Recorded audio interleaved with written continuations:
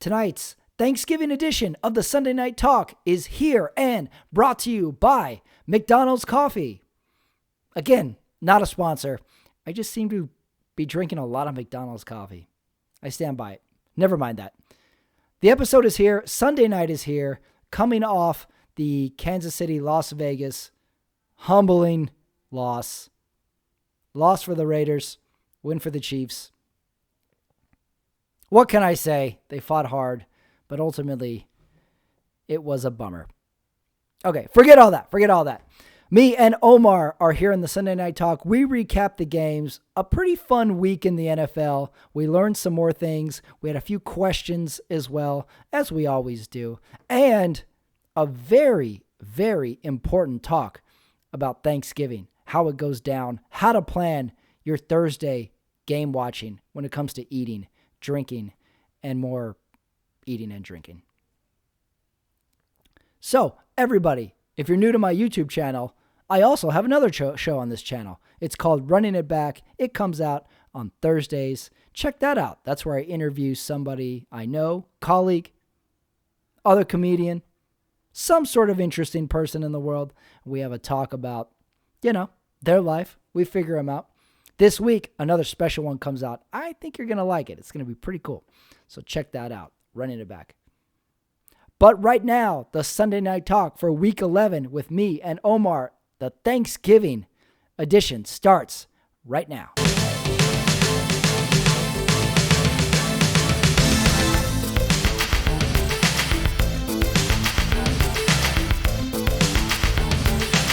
Okay, it's Sunday night. Sunday. With me is my general counsel, Omar Carmona. Ooh. Joining me Sunday night. How's it going, man? It's great. I'm popping open a beer. I lost count. You are in a good mood today. You know why I was in a good mood? This is the first Sunday that the 49ers haven't lost a starter during the game because they were on a bye. And sometimes the bye week is a good week, is the best week you can hope for. As bad as it was for the injuries we've taken, it was kind of nice to. Hopefully, nobody got hurt at practice this weekend, but it's nice to come out unscathed. Hey, the Sunday's not over. Well, we're changing up the format this week. We are recording this Sunday night. It is 13 minutes left in the Sunday night game. We usually kick this off right as the Sunday night game ends, but this week we're gonna sort of jump in and out of the Sunday night game as it's going. We got KC at the Las Vegas Oakland Raiders, and right now KC 21, Las Vegas 24.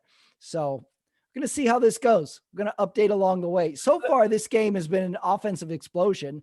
My problem child, most worrisome player, Darren Waller, is the second coming of Gronkowski so far. He's so good. He's such a talented player. You know what worried me about him earlier in the year was like, he's one of these guys that's so buff, so fit, so talented, but maybe he's like fragile. Like maybe he's afraid to get hit and he fumbles all the time. I was going glass half empty at that point of the season. Let me ask you this, and I know you're a Raiders fan, but could these Raiders be the kryptonite of the Chiefs? I mean, it seems like they're just playing them tough. They're their only loss so far earlier on in the season, and now they're putting up a fight here in the fourth quarter. I mean, could this be the kryptonite that the Chiefs? Is this the team the Chiefs don't want to play at any point in time? Maybe. Realistically, Vegas is looking to snag the wild card spot. Right. So Chiefs could meet this team fairly early in the playoffs, potentially. And so it could be a real thorn in their side. And you're right. This is the only loss Kansas City has of the season so far. I was listening earlier, and Collinsworth was saying that according to Collinsworth, I don't know where, I'm sure he's found it somewhere. Apparently the Raiders have the easiest schedule of the AFC teams remaining, and the Chiefs are about to get to the hard part. They still have to go to New Orleans. They had to play Miami. I mean, so there's some decent teams left on the Chiefs schedule. Yeah, it goes to show the importance of this game for both teams right now. One's got games they should win coming up. The other one's got a tough schedule. So we got first thing that jumps out of me this Sunday night game is I love all the Vegas references. They try and jam in to every promo. They're like, we've got a high stakes, no limit game tonight. Yeah. Yeah. Well, did you see the cutaway to that swimming pool? I guess there's a big swimming pool with the Yeah, I huge, saw that. that This looked is turning I into hadn't seen it. this is turning into the greatest Las Vegas commercial they could hope for. Because we've Absolutely. seen forever come to Vegas, what happens in Vegas stays in Vegas, all this stuff. And it's a fun commercial. But now they've got an extra Sunday night commercial with the football game every Sunday now. It's talking me into it. This is a great example of why the terrorists hate us is Las Vegas. Because This this is is what the we're focused epitome on. This is what we're focused of on. American excess. Why we got hotels, lights, swimming pools, hookers. This is everything the terrorists hate, and it's Vegas. I love it. I always kind of think if you were like a prison guard in Guantanamo Bay, and the inmates, the terrorist inmate goes, "Hey, it's my right to pray. Which Right. way do I face east for Mecca?" And the guard goes, um, "Hey, which way is Vegas?" Tell them that way. Tell them that way, just to fuck with them. Right. That would be the ultimate. So Vegas is totally flipping it here. I can't wait till they let fans in and we just go whole hog. Right. Wayne Newton, Elvis, the Flamingo Girls. It's going to be a mess. It is going to be a total mess. So, in a sense, this is nice because the fans and then us all have a year to prep for what Las Vegas is going to look like For as a sure. No doubt. football city. No doubt. So So we'll be checking in on this game as it's winding down. I'm already calling this game the visor versus the napkin. Uh, Andy Reid's visor versus John Gruden's tiny face mask. And then this is part two. There you go. Part two of it. Okay, they went to a commercial. We'll check in. Let's do your game, my game to start Okay. this Sunday. So Go the ahead. Who do you got? the game I really focused on today was a real interesting game. Teams that are contenders. We had Packers going to the Colts, and a real true test I think for the Colts. Okay, because obviously the Aaron Rodgers offense. I mean they're stacked, and they came out. They just came out swinging. They went into halftime 28-14 Packers up, and it just seemed like the Packers were just not going to be stopped. But leave it to Philip Rivers, keeps his team in the game, doesn't lose sight of it. They win in overtime, and but it got interesting at the end. So Packers a crucial turnover at the end of the game, but but it seems like when it's time to run out the clock, the Colts couldn't do it. I mean, it was holding penalty after holding penalty, which really messed up them trying to run the clock out. And next thing you know, you give Aaron Rodgers the ball back, and he's got to go a long way. And sure enough, a big throw to midfield and a few nice passes, and they're back in. He went for the end zone. They didn't get it, but the Packers tied it at the end, so it goes to overtime. They're 31-31, and then another costly turnover. Packers won the toss, and Valdez Scantling fumbles it on their first drive, and the Colts had great field position. But what I most admired about this Colts team is that they hung around.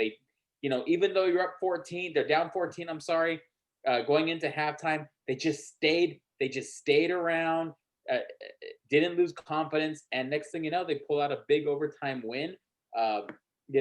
Looking at the statistics, Philip Rivers didn't make many.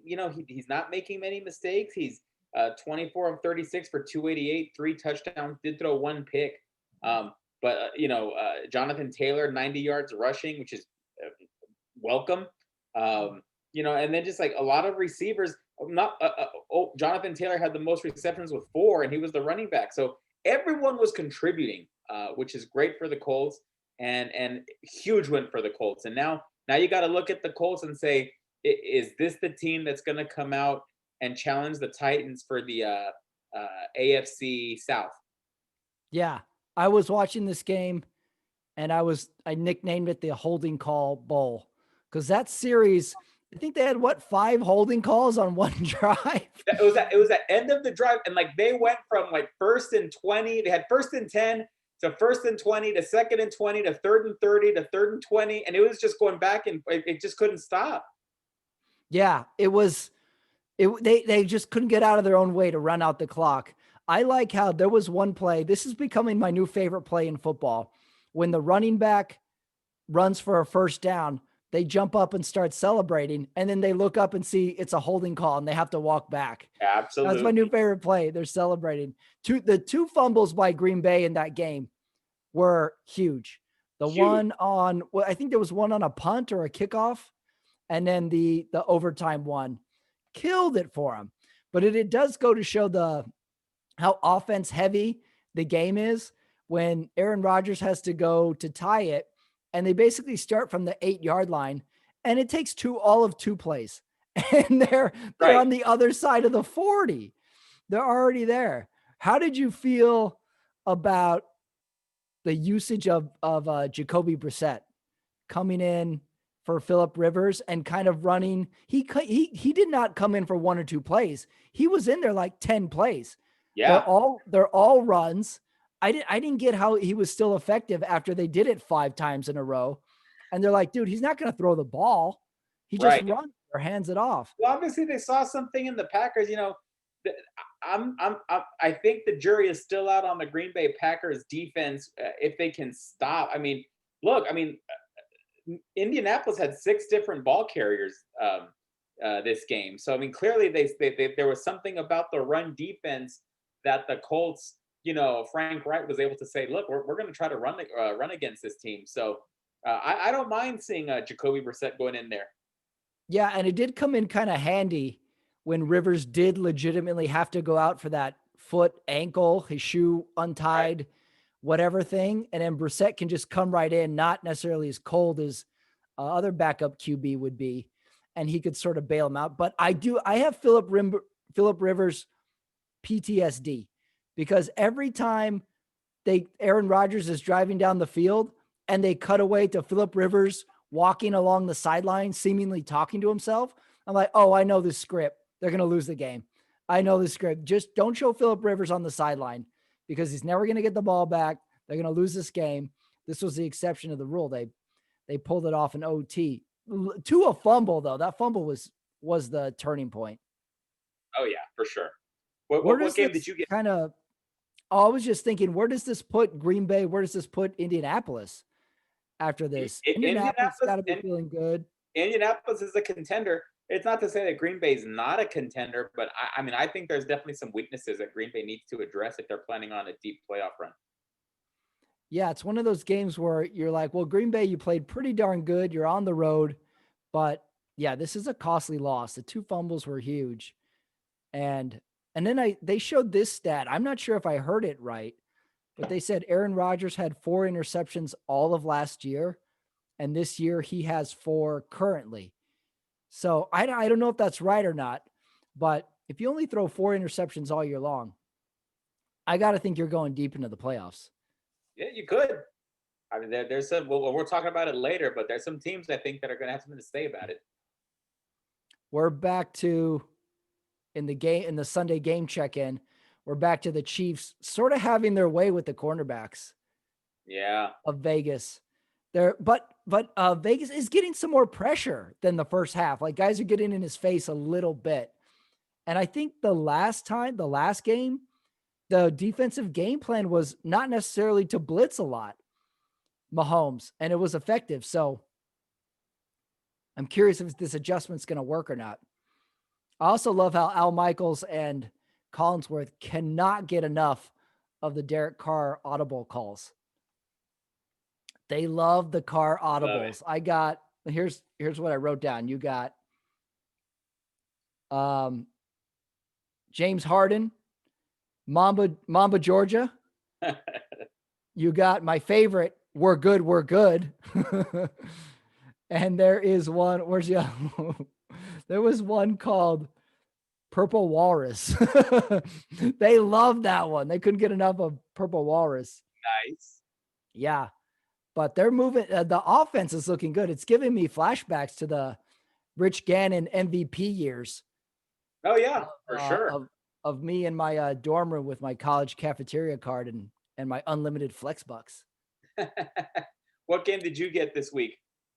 I went with Atlanta at New Orleans. Kind of a curious pick because this isn't a marquee matchup or anything, but New Orleans was going to have to figure out their QB situation because Breeze is injured. New Orleans coming into this game on a 7-win streak, and they went with Tyson Hill. How'd you feel about that? I thought we were going to see. I didn't know it was going to be such a close decision. I thought it was an easy. Winston's the QB and use Tyson Hill as the QB, as the utility player. So I thought it was a surprise, but Tyson Hill gets the start over Winston. And announcers love this guy. They love Hill. By the first half, he turns it up in the second half, but by the first half, I never seen anybody complimented so much and have 3 points on the board. They love him. And then they did his quick stats. Apparently he's had 4 season-ending injuries in his career. He's older. He's older. Yeah. Yeah. I was like 4 season-ending injuries. So then I thought like, okay, maybe it's one of those things where the more injured or the more you're exposed to stuff, the better you are. Kind of like strengthening your immune system. Right. Like expose me to all of it and I'll be stronger in the long run. And then it's not like this guy is an immobile guy. Hill is plowing into people. He's a running back. He's diving for stuff. So it's curious. It's not like we don't kind of have the same worries like we do about other running QBs. We're like, oh, he's going to get hurt. Because I don't think we think about this guy as a QB, yet he makes all the throws. Right. It's not like he was just checking down. He's throwing deep on an Atlanta D, of course, but they opened it up for him. And I was thinking this is crossroads game for New Orleans. They're hot, but they're without their QB. Are they going to go maybe get a wild card? Or are they still fighting for the division? And after this game, this is at least a good start. It's against Atlanta, but it is a good start. They're leading the division right now. So, they're a decent team. What's the prognosis on Breeze? How long is he out for? Do we have a time scale?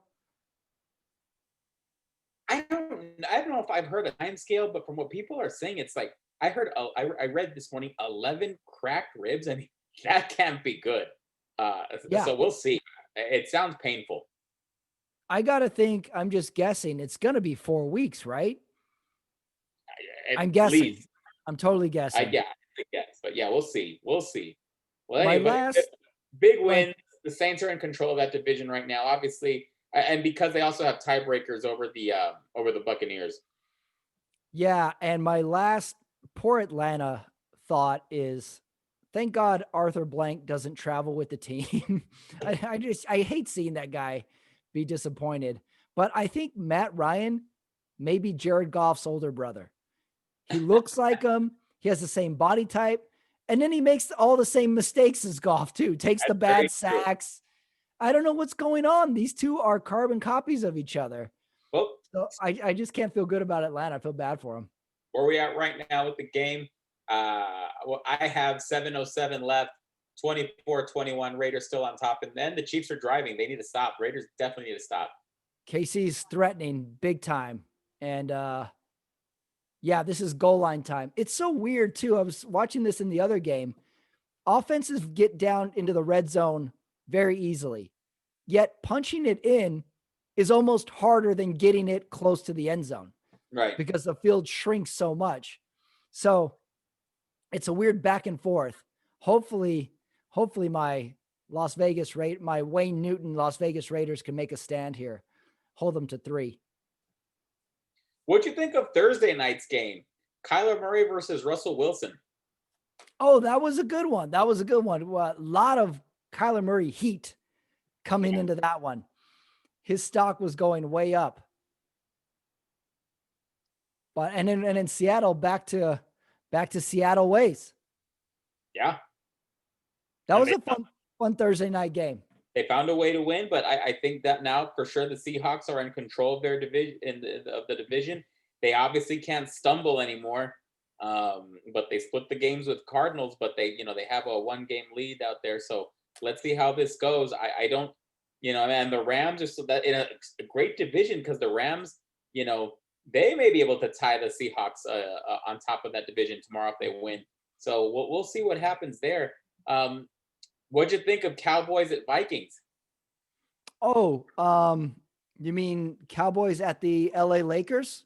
Yeah, that was Vikings. Can you get your uniform straight, please? KC just scored a touchdown there. Yeah. They taking the lead. Yeah, can the Vikings get their uniform straight? I'm already upset about the matte helmets. And then they're going with this full purple bodysuit with yellow stripes. But first, I don't even watch Dallas, Minnesota. And then I see Dallas gets a win. And I'm thinking, wait a second.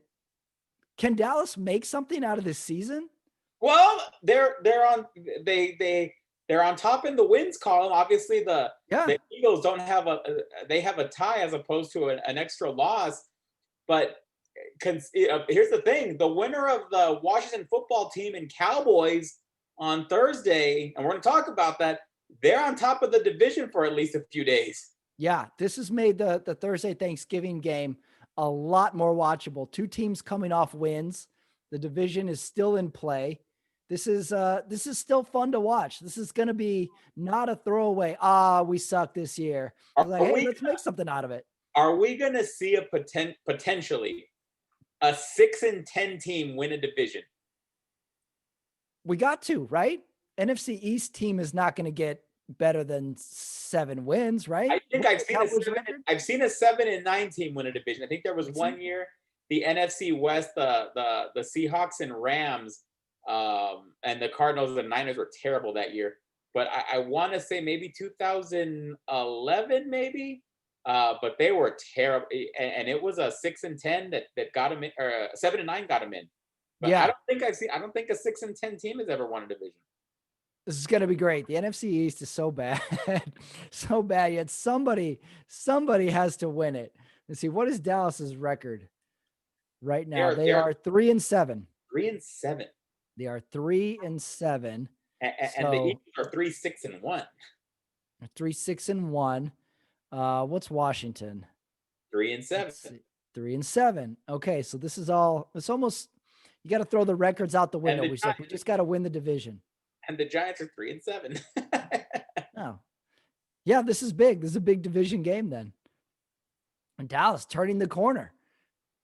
Turning the corner, stuff to get excited about still with Dallas. Dalton was back. He looked good. He's running for first downs. He's another guy like, now I'm worried. And he's running for first downs.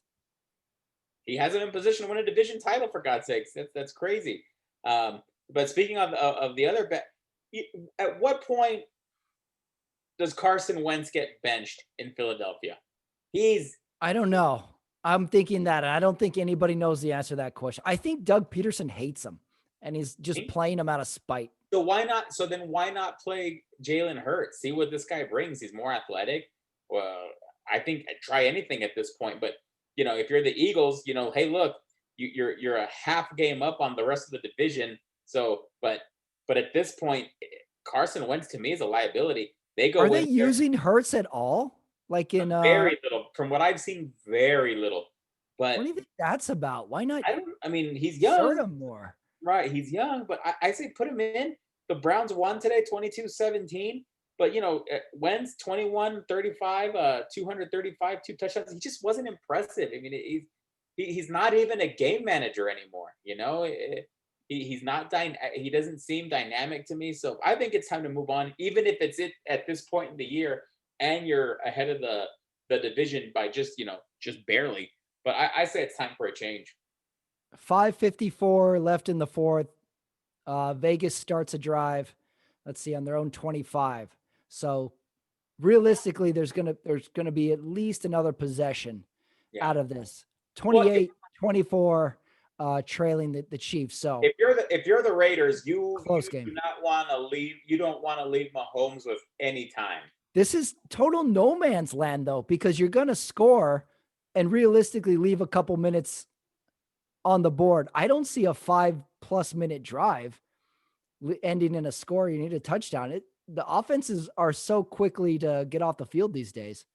Got to run So that ball. this is going to be it's going to be run the ball effectively time for sure. We also got the other NFC East team, Washington. They win today, 20-9 against the Bengals. The big story out of that game: Joe Burrow, season-ending injury. You just hate seeing it, and you just saw both teams paid the ultimate, sign of respect to him, going, leaving the benches and wishing him well. And that's huge for a rookie, and that's the kind of respect that Joe Burrow has already in the league. But he was the one bright spot of that. I mean, they weren't winning, but he was the gleam of hope.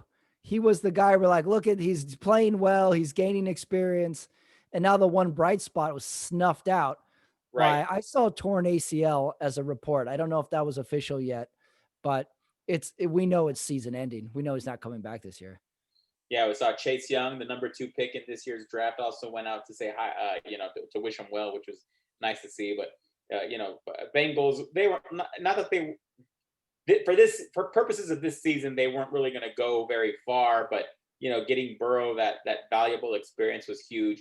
And now Washington also tied for the lead in the wins column there in the NFC East. So big win for Washington when they needed it the most. And here's a big first down for the Raiders. Now they're driving, 5 minutes left. So I see this flag. I don't know what it's at. On the D.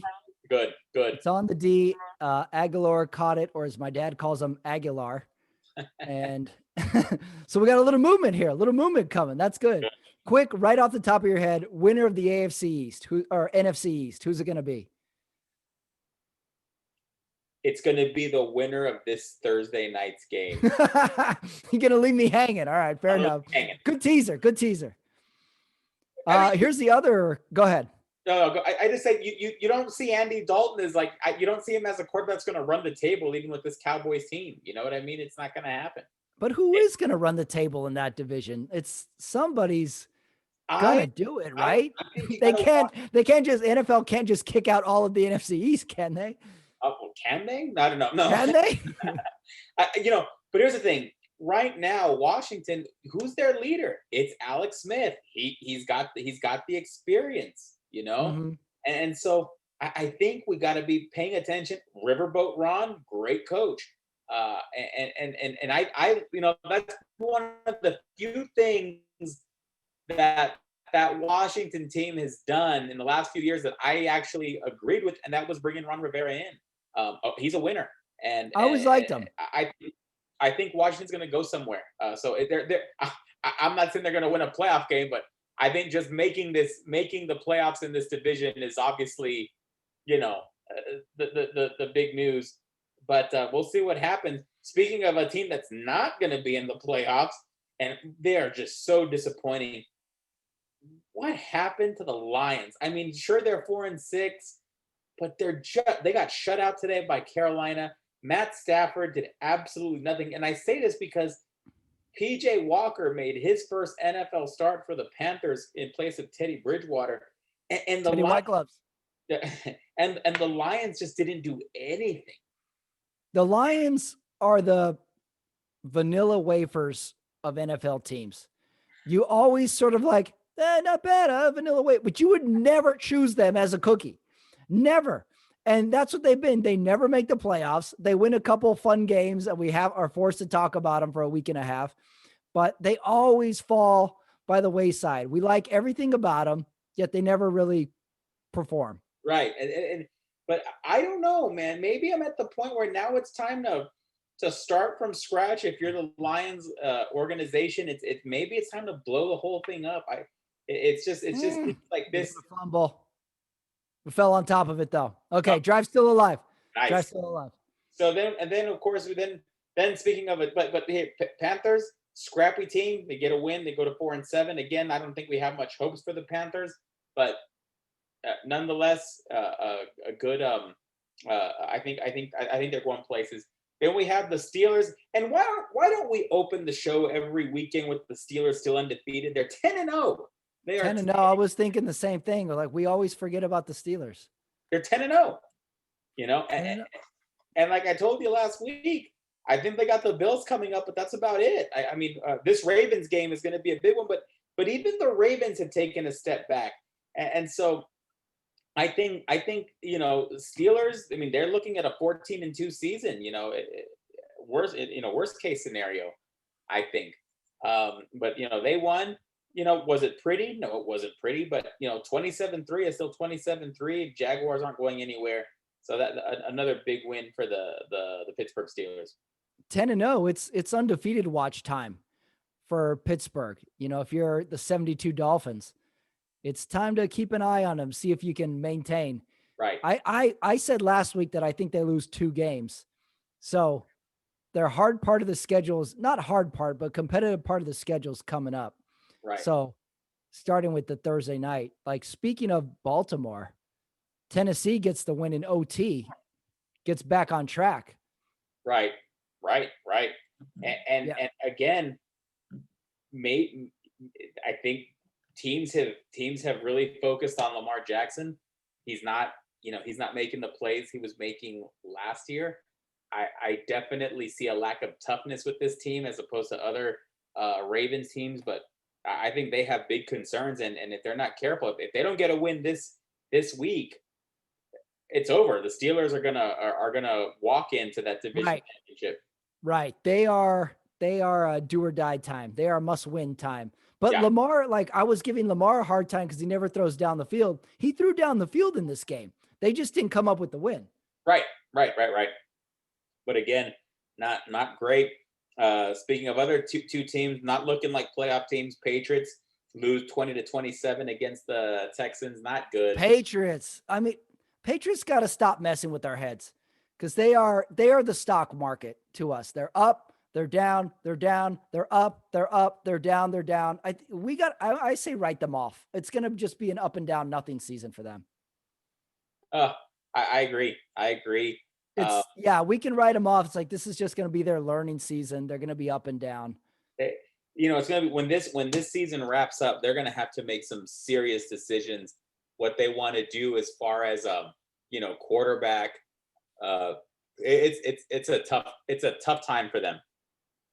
We got Oakland got the pass interference penalty. They are at the 1 yard line. Aguilar almost came up with that ball. He almost came up with that ball. Yeah, Aguilar's coming up with almost got that. He had that bad drop at the end of the second quarter that let KC steal a couple points. But we got a drive going. We're at 2-minute warning. Do we have another flag? This might turn into the second holding call bowl of the day. Here's the thing, Patrick. Again, even if we don't know what's going to happen when we come back from the break, but even or this flag, but even if the Vegas too much beer, even if the Raiders get in the end zone, you're leaving Mahomes with a ton of time. Right. We are they're going to be second and goal. What was that penalty? Say they're first and goal with 2:05. Yeah. It's an encroachment on the D. 2 minutes left. Say they score. Best case scenario, say they score with 1 minute left. KC has 2 timeouts. That's plenty of time. That is plenty of time. I'm of the opinion you don't want to score on the north side of the 2-minute warning. Definitely not. Definitely not. You don't want to give Mahomes 4 timeouts. Right. Our my last game that I had thoughts on is Miami losing to Denver. Our Tua bubble has officially burst. Because first I was like, they're going to beat Denver, and I'm going to have to apologize for my "has tanking ever worked" complaint. I was like, looks like tanking worked. They got Tua, now they're rolling. And now Tua not only loses, they take him out of the game. and Fitzpatrick goes back in. I never got a definite if Tua got injured or they just took him out because he was sucking. Right.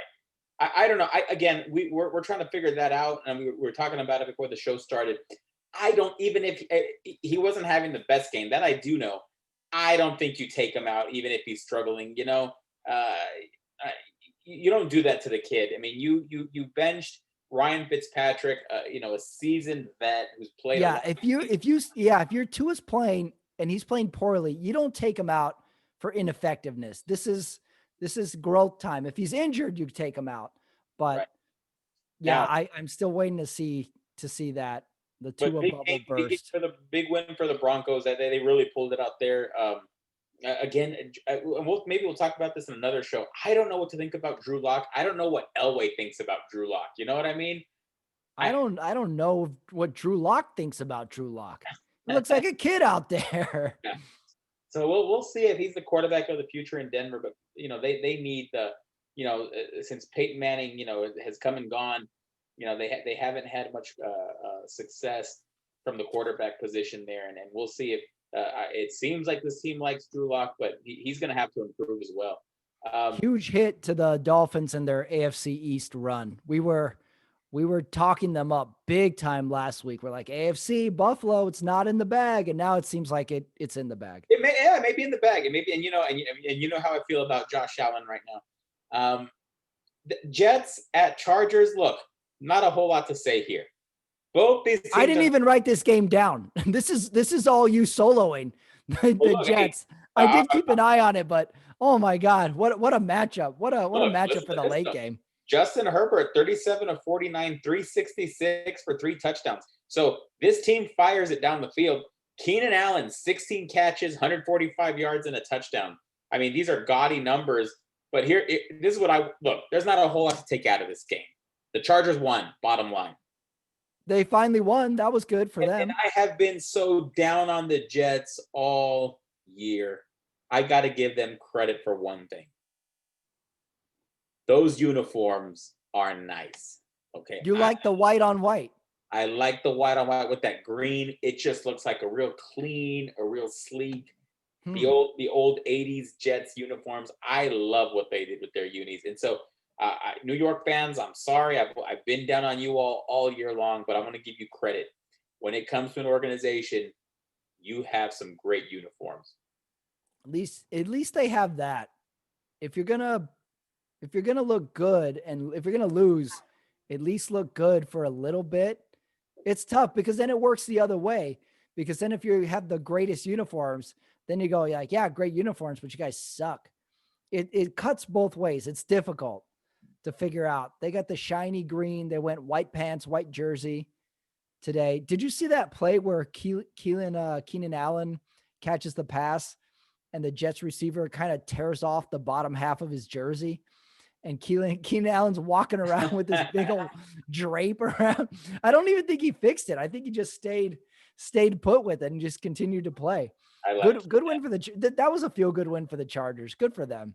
So what do you got for awards this weekend? I got awards. Well, let's do the questions first. All right, let's do that. I got questions. First question. This is a would you rather question. Okay. Would you rather watch Philly versus Cleveland game today, or have Thanksgiving dinner behind plexiglass while your overweight relative gives you health advice? Ooh. And is it plexiglass just for this one relative or for everyone else too? This plexiglass is, let's see, you are plexiglassed in the corner, but people can come up to the plexiglass, essentially. So I'll take the plexiglass on Thanksgiving. Really? Oh yeah. Interesting. The plexiglass. You know what's going to happen? Say we just lean completely into no one ever associates with anybody again, and we have permanent plexiglass built around us. But then someone invents something where you can flip essentially like a blinds, and it goes into like that privacy plexiglass where the person can't see through it. So whenever you're done with the conversation, close it off. I like that. I'd be okay with that. Yeah, the plexiglass. We have a Las Vegas touchdown to The oldest man in the league, Jason Witten, in the lead. Ooh, this is big. This is big. And the way he came off that defender, only a veteran does that. Only a veteran does that. Wow, I was talking up Waller all game as my new favorite player, and then old man Witten comes in. Let's see, I'm watching the replay. It looks clean. That looks like a clean catch and score. That's a touchdown. That's a touchdown. Big, big. The visor himself, Andy Reid, is chewing his gum very aggressively. But look how he got off that defensive lineman. I mean, great catch. Yeah, they're reviewing. Obviously, it's one of these weird ones where he catches it in the end zone, but his momentum takes him out of the end zone. Yeah. So you got to really look at it and see what's what. But I think it's going to stand. And it seems like he never lost possession even when he left the end zone. So I think that's a touchdown. All right. Critical extra point to make it a 3-point game. Okay. What's our time? 1:43. I don't feel good about that. That's too much time. One timeout for KC. We'll see what happens. This is going to be tight. It's going to be tight. So you'd rather have the Thanksgiving dinner in the plexiglass. But to be fair, I got 2 little kids. I would like a little space from them as well. Okay. Question number 2. Okay, little tough. You give me your top 2, or I've got top AFC teams, 2 of them, and I got 2 top NFC teams. Tell me if you agree or disagree. NFC, top teams, New Orleans and Green Bay. Agree or disagree? New Orleans for sure. Green Bay off the loss. Green Bay, no. I think I would take. I think I'm going to stay in the division with New Orleans. And I'm going to go Tampa Bay. Interesting. Yeah, I think they're my top. They would be my top 2 teams. Okay, let's do the AFC. AFC, Pittsburgh, of course, and the other team. And I'm just going to assume that Kansas City loses this game. Okay. This might be high hopes with Pat Ramirez, but I'm going to assume they lose this game. So say KC loses this game. I give the other top team Tennessee in the AFC. It's hard to argue with that, but I want to say Chiefs if they lose this one. Say they lose. If they win, it's obvious they're the other team. Yeah, they're the other team. And but here's the thing. I mean, do we really want to take them out? So I'm going to leave the Chiefs there. I still think even with the 2, like I said earlier in the show, it just seems like the Raiders may have their number, but it may be the only team that has their number. Yeah. And it could be very well the Chiefs still win the Super Bowl, but they just happen to lose to the same team twice. That always kind of happens. They're like, yeah, we lose to you, but you'll lose to somebody else down the road. There's a team in Buffalo that may have something to say about it. So we'll see. We got Buffalo also. That's true. That's very true. We got Mahomes scrambling and he throws the ball away. Okay, good second down play for the Oakland D. Question number 3. On a scale of 1 to Joe Flacco, how worried should we be about Lamar? I don't. He's still your quarterback. I don't think you should be. You shouldn't be worried so much about him. You got to get him the weapons. Okay, you got to get him weapons. And I don't think I could see Baltimore being another one and done in the playoffs this year. I mean, and that's if they make the playoffs. Because again, I think the Steelers are going to win Thursday night.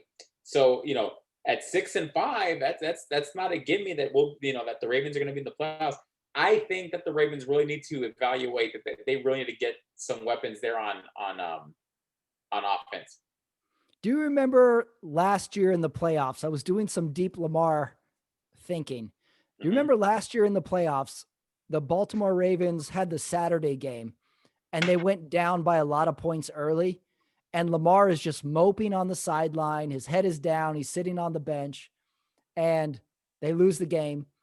And then the Sunday following, the Chiefs go down to Houston. Remember they went down like 28 points and Mahomes is rallying the team. He's running down the sidelines like, we're coming back. We're coming back. That's a big difference. Lamar Right. sort of got down kind of early, whereas Mahomes in the same situation is never out of the game. Maybe Right. that's an intangible that Lamar should have taken a little kind of heat from and be like, yeah, that's the attitude I got to have. But also advantage Mahomes because he got to see what happens in a Saturday game if you go down early. It's like, all Right. right, what's the attitude I should have? Should I be like this? Should I be like that in case this happens to me tomorrow? Right. No, Big advantage if you're you're the Sunday right. playoff team. All right, question number 4. Last week, you expressed your love for the Minnesota Vikings Matt helmets, which I didn't like. There are, well, there's 2.5 teams in the NFL that have matte helmets. Atlanta has a matte helmet. Minnesota has a matte helmet. And Jacksonville seems to have like a half and half matte gloss helmet. I can't figure it out. What team currently in the NFL should go with a matte helmet? I'm going to say, well, my opinion is they should all at some point go to Matt Helmet. Um, but here's the thing. I would like a clean Chicago Bears to have a Matt Helmet, and it may never happen because they're so traditional. You It know, seems like the darker muted colors are better suited for matte. and I think that definitely the Chicago Bears are being like because it's that's a real dark blue that they play in. So I would like to see the Bears in a matte helmet. We got a scoring update. KC just took the lead. Pretty easy down the middle touchdown pass. 28 seconds left. This is looking bad for Vegas. Travis Kelce was wide open. I mean, He's he wide had, open. They don't give him the little bump at the line. Please, Travis Kelce, please take 6 points and my daughter's virginity. No problem. not Jeez.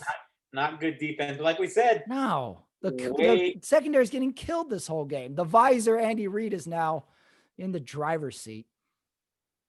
How do you believe, questionably, with him and George Kittle, the best tight end in football by himself in the end zone? I don't know. This one stings. I don't know if somebody misses the assignment or what, but this was an easy touchdown pass. Guy gives him a little like push at the line. The push almost helps him. Push almost speeds him up into the end zone. Damn it. 28 seconds. I didn't see the timeout situation. They were doubling another guy, and then Kelce gets it. And then there's a Raider who has red hair sticking out of the back of his helmet. He did he gave the hands up. Like, what the hell? the visor. Dang, is that piss me off. Andy Reid's in his visor. One more question. Let's see what I have one more question. The curveball for you. I did not prep you. Do you think Carrie Underwood watches any of these Sunday night games? Not one. She's been doing the Sunday night intro song for like 5 years now. I could see her as reading, right now during a game. But right now, isn't there like a music award I think going on right now? I think the AMAs. Oh, really? So she's probably watching that right now, but under normal circumstances, no. I can't imagine. I don't think she's a football fan. I think she's too busy traveling all the time, projects all the time. I think she comes in every week and records a new Sunday night intro, and she's just out. She's a hired gun. I think her favorite team, obviously it's not the Cowboys, just thank you, Tony Romo. But I think she's a Titans fan. Maybe she'll watch a Titans game, but I don't think she watches much football. She doesn't strike me as someone that watches much football. The game's sealed. We got an interception. It's over. First pass. Casey's got it. I had Vegas had one timeout left. Dang it. Had a shot at that one. Real shot. Yeah, that hurts. It's over. But I thought they would have had a little drive in it. Pass that Aguilar got picked. Are your Let's awards for this week? go. Let's go to the Now Sad Awards. This is this is a special Thanksgiving edition of the awards this year. I got 4 awards. Award number 1. This one is the Piling It On Award. This one goes to, I don't know if you saw this, the referee in the Indianapolis game who jumps on the pile when Green Bay fumbled. There was a fumble, everybody piles, and the referee, pretty much the ball is still being jostled for, jumps headfirst into the pile himself. Props to that guy. He gets that award. The Piling It On Award goes to the referee. That's good. I like it. You went right in there. Award number 2. This goes to this award is called the You Think You're Better Than Me Award. And this goes to Alvin Kamara's gold chain. This guy wears a huge gold chain to play football in. I don't know why that hasn't been ripped off his neck by now. I want to go with You Think You're Better Than Me award as the Pittsburgh Steelers receiving corps. When they score a touchdown, their celebrations need to get a little more attention. What do they do? I don't even know. It's every touchdown's a different thing, but you look them up. You'll see some great little group choreographed celebrations. You think you're better than me award goes to their celebrations. I could see that. Award number 3. This one goes to this one is called, Well, Look Who Decided to Show Award. This one goes to the Tennessee Titans for pulling together a big win when they needed it. They showed up. Mm-hmm. And on the flip side, I'm going to go with the other AFC South team. I'm going to go with the Colts on that one. Oh, that's good. 2 teams who we didn't really talk about, and yet here I am. They showed up. Award number 4. This is the Worst Thanksgiving Ever Award. And this goes to the Cincinnati fan base. They are completely bummed. Joe Burrow is out for the season. They have nothing to even look forward to watch. Worst Thanksgiving Ever Award. Cincinnati fan base. I'm going to go with all 4 owners of the NFC East. If they sit down to dinner, they are all looking at each other like, wow, we are complete and utter failures. You don't think there's any solace that these guys are mega multimillionaires and they still have all the trappings? Do you think they ever get sad, or you think they are upset? It's an ego thing for a lot of these guys. So I think they'd be genuinely upset that their teams are terrible. Worst Thanksgiving Ever Award. We got the predictions for the week. First of all, Monday night, tomorrow night, LA Rams versus Tampa Bay.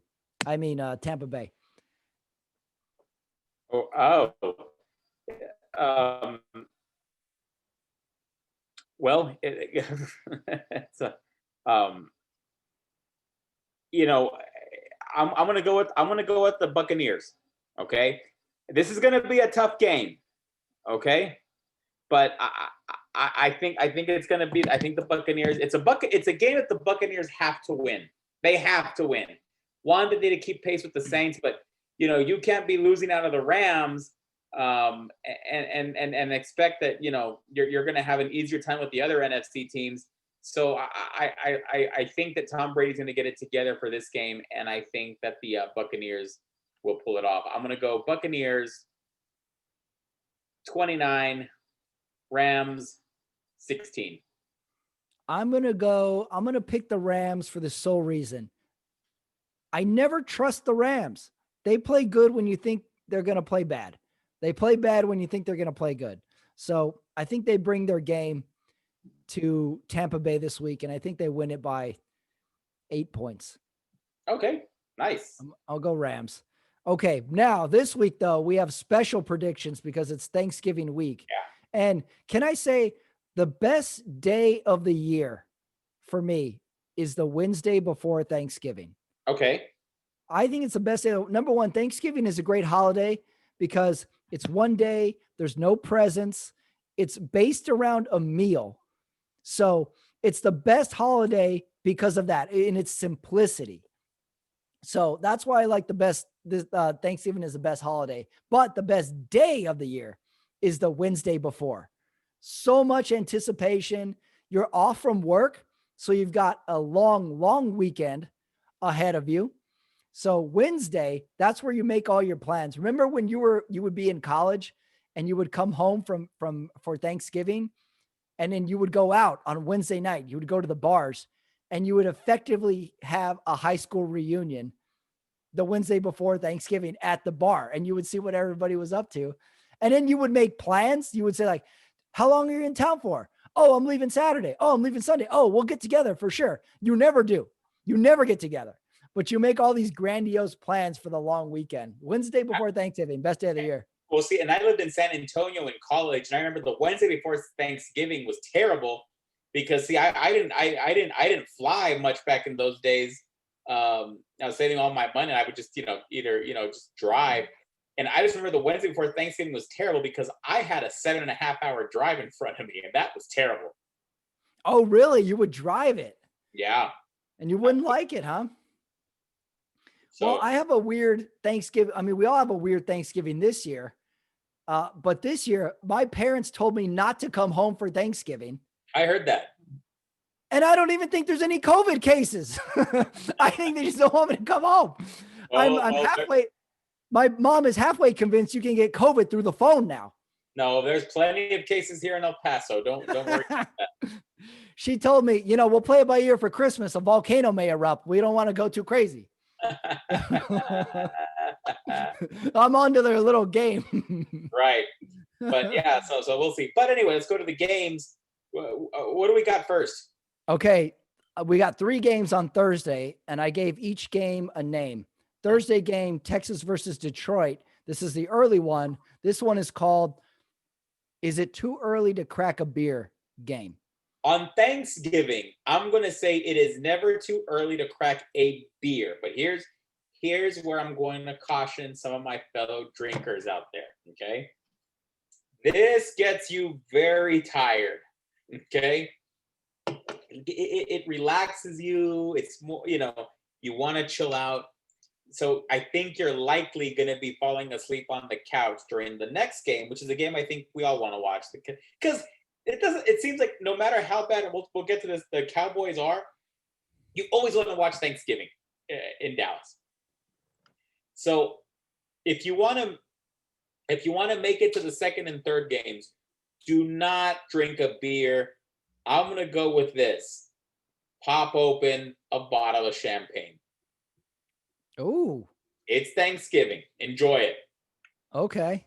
Good. This is good advice. So early drinking champagne? Early drinking champagne and a very, very, very light snack. Okay. Yeah, the Detroit game for us who grew up in the Southwest and on the West Coast is the appetizer. You're kind of like, oh, look at that. How cute a game. Let's watch it. And then you just hear the sound of one bottle opening, and then you go, oh, yeah, we could drink right. We could be drinking right now. And then it's on. That is how it goes with the Detroit game. Because I never have any Detroit affiliation. I have some family from the Midwest. So if they're playing the Bears, there'll be some attention. But for us and on the West side, on the West Coast, it's all appetizers to the afternoon games. So the too early to crack a beer game, Texas at Detroit. I'll go ahead and take Texas. They're coming off a win. Okay, I'm going to take Texans too, only because from what I saw out of Matt Stafford today, it was terrible. So I'll go with Texans, and it'll be a convincing win. I like Deshaun Watson a lot more. So the Champagne game is going to go to Texas. Our next game is Washington at Dallas, 2 teams coming off a win.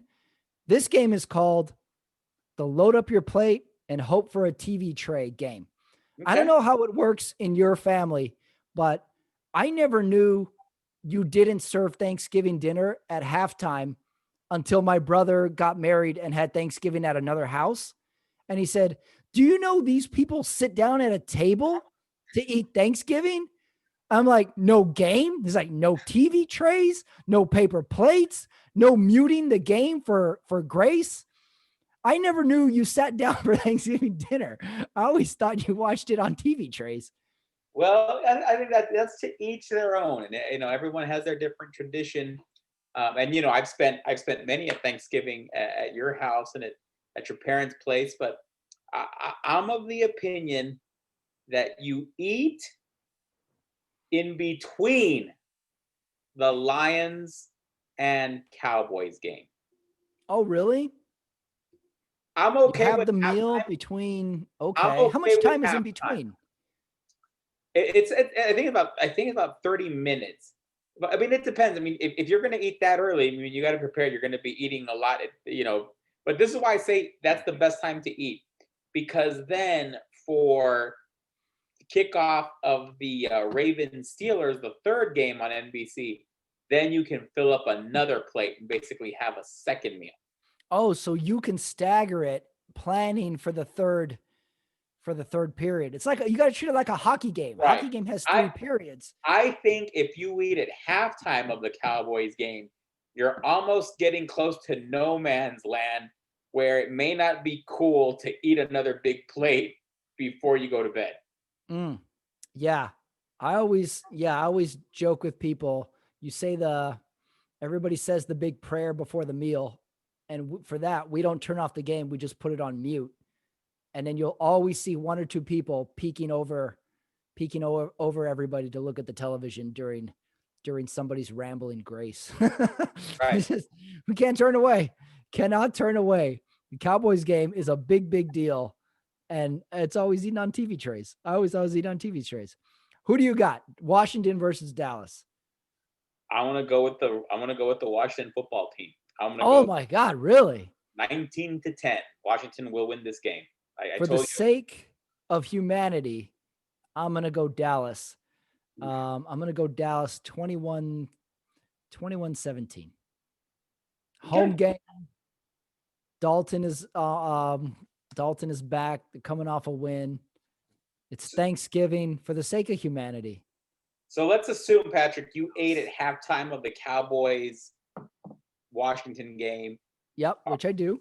Okay, are you going to be eating at Ravens Steelers? Is it time for pie? Are you going to have a pizza? Are you going to have a cocktail, a beer? I mean, I Yeah. can't imagine after eating all that food you'd want beer. It just fills you up so much. This is the trickiest part of the Thanksgiving football viewing, because this late game didn't always exist. This late game has been No, around but 7 years, maybe 10 8 years years. by now. Yeah, But okay. now you have to readjust. And this is what I have failed at many times before. I'll do all my eating before this game even starts. So now it becomes like, whoa, what do I do now? So this game is called the rally and decide between seconds, mixed drinks, or beers game. This is Baltimore at Pittsburgh. And we're forced to take this game seriously this year because this is a good game. So you need to decide, am I filling up another plate? Am I hitting mixed drinks hard now? Is it just on and I'm just hard boozing now? Or am I just going to keep crushing beers for this game? This is Baltimore at Pittsburgh. I'm having cocktails. Oh, yeah, that's the route I would go. Once the sun goes down, It's I'm like, cocktail. let's fill up more plates, whatever's left, and let's just start getting creative with the cocktails. I like it.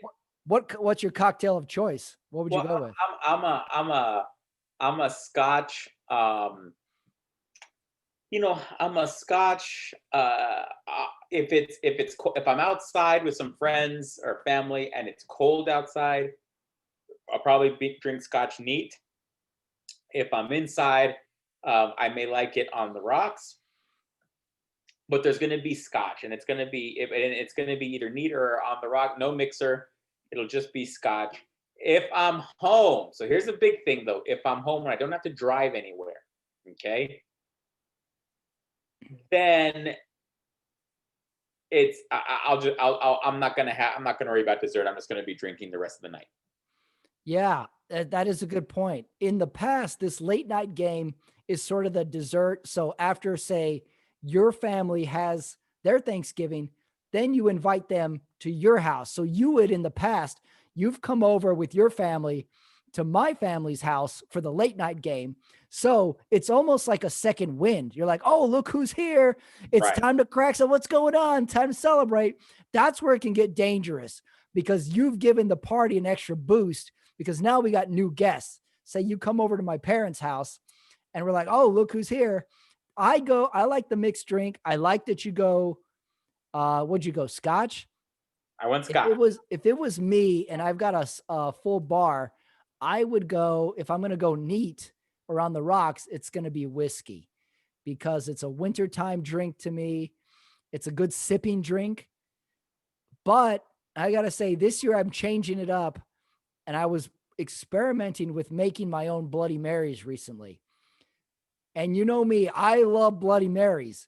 Right. So I'm choosing Bloody Marys this year and I'm making my own. Ah, So, but at night, I mean, to me, Bloody Mary is for the morning. oh, for me too. But I'm making an exception this year because Okay. there's football on the television. It's Thanksgiving.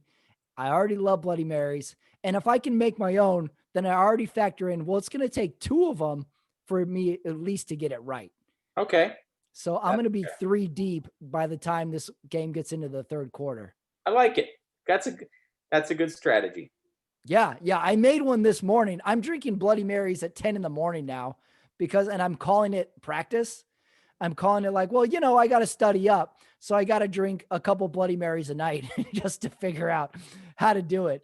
I made one that I'm giving myself an A minus. The other two were kind of B pluses. Okay. So I'm not 100% there yet. All So right. further, only 8 to 10 more by noon tomorrow, and I should have it down. I like it. Baltimore versus Pittsburgh. What do you think? Who do you got? I got Pittsburgh, and I got Pittsburgh big, big, big, big, Oh, big. Pittsburgh's going to come out here and prove a lot. I think that they know they're on the national spotlight, and they want to go 11-0, and they understand that this basically clinches their division. So I like Pittsburgh, and I like Pittsburgh big. cannot disagree with that. That's a solid pick. I think you're right. I think it's Baltimore free fall time, and Pittsburgh is just stepping on the gas all the way. That's my Pat Ramirez 3 Bloody Marys deep prediction. And then also you got to give me at least where I get mad that someone doesn't want me to make them a Bloody Mary. They'll be like, hey, you want one? I'll make it. Like, nah, you don't make them that good. Come on. And then I got to get mad. So that's definitely going to happen. I like it. Thanksgiving. It's going to be an interesting Thanksgiving. I like it. Yeah. All right. Sunday night talk complete. Fucking bummed. Vegas. Thought we had Wayne Newton on our side. Witten caught a touchdown pass. Ugh. We got let's look positive. Easy part of the Vegas schedule coming up. Could still Yep. snag a wild card. Yes. All right. Final thoughts? Anything? No, we're good. Happy Thanksgiving. Thanksgiving plan? Are you doing the small family? Are you We traveling? are going to do What are you very, doing? very, very small family. So if we're gonna see, we are gonna see my wife's parents, or my wife's mom and stepdad, and that's it. They've been quarantining, we've been locked up, so we're comfortable with what we're gonna decide to do. But it's gonna be very small, very quiet. And but I think my wife and kids are gonna go to their house all day, and I'm going to be stuck at home because we have a new puppy, and so I'm just going to be watching this little dog for most of the day, and then I'll run out there, eat dinner, and have to come back. Oh, you got the perfect setup for. Is it too early to crack a beer game? Well, yeah, but then I got to drive to my in-laws. Mm. I don't want to call anybody from the jail on Thanksgiving saying, "Hey." I never made it to Thanksgiving. Hey, where's Omar? Oh, he's isolating. He's isolating. I'll say so. One might say you're doing the ultimate quarantine. I'm in jail. Excellent. Well, the Sunday night talk for week 11. I was kind of calling this day like in golf on the Friday where they call it moving day. Right. This has been moving week for the NFL. I love it. It is. Yeah. All right, Omar, happy Thanksgiving. We'll talk soon. Take care, bud. That is it for the episode, everybody. Thank you for joining. Thank you for listening. I'm sorry, Las Vegas Raiders. That was a rough loss. I thought for a second we were going to have a last-second win. It was not to be, but life goes on. Dang it. Sorry, forget all that. Thanks for listening, everybody. Check out Running It Back, my other show on YouTube. That's a lot of fun. New one coming out this week. It's going to be killer. You should check it out. Hey, everybody, enjoy Thanksgiving. I know I will, no matter what. Hey, don't forget our advice about viewing the Thursday games with eating and drinking. It's important. You got 3 games to watch. You got to plan your day. So, act accordingly. Again, thanks for watching, everybody. Thanks for listening, everybody. Thanks for the likes. Thank you, the winners of the NFL Week 11.